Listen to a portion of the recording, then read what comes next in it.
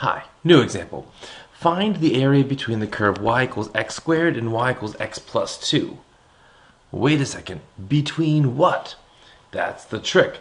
Well, if we graph them, here is y equals x squared, 1, 2, 3, 4, and y equals x plus 2 has a y-intercept of 2 and a slope of 1. So what it means is, if we're not told from x equals something to x equals something, we're going to have to find the points where they intersect on our own. Where does this happen? This happens where the two curves have the same y value. So you set them equal to each other.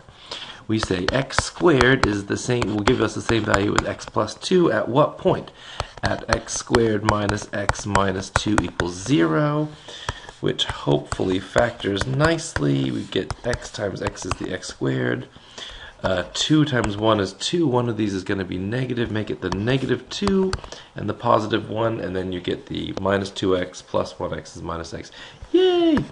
X is 2 or x equals negative 1. Lovely. So, okay, I drew it poorly, but fine. That means that the area is going to be the integral from negative 1 to 2 of x squared minus x plus 2. This is frighteningly similar to the last one. So be it.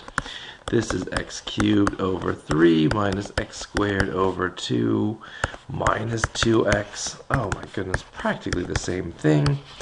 8/3 minus 2 minus 4 minus negative 1/3 negative 1/2 plus 2. Well, isn't that a tiny bit different?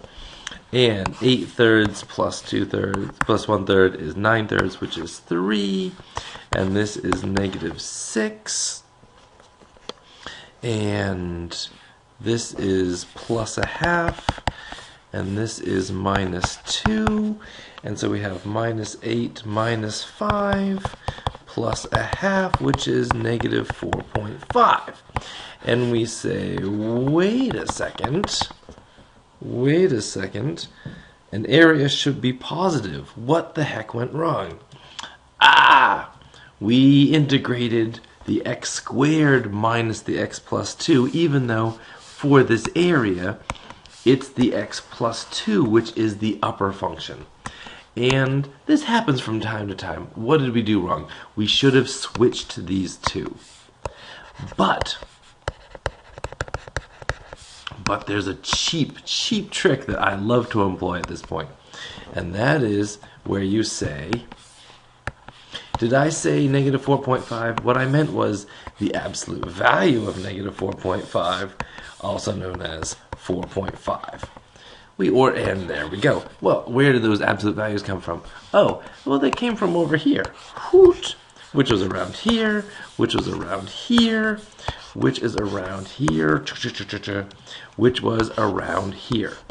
And that's a trick. If you put the wrong one first, then you're going to get the exact negative of your answer, and so absolute values will get rid of that. So we would say that the area is integral from a to b f of x minus g of x dx.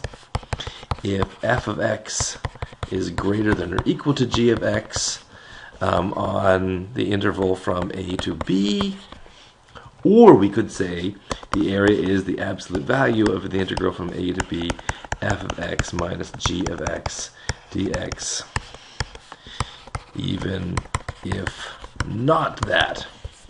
So, a little bit cheesy, but yes, this is one of the occupational hazards here. You put the wrong one first, you end up getting a negative number, and don't just put the absolute values over there. I will call you off on that. But if you put absolute values all over, like that was part of your formula, then, well, that can be your formula.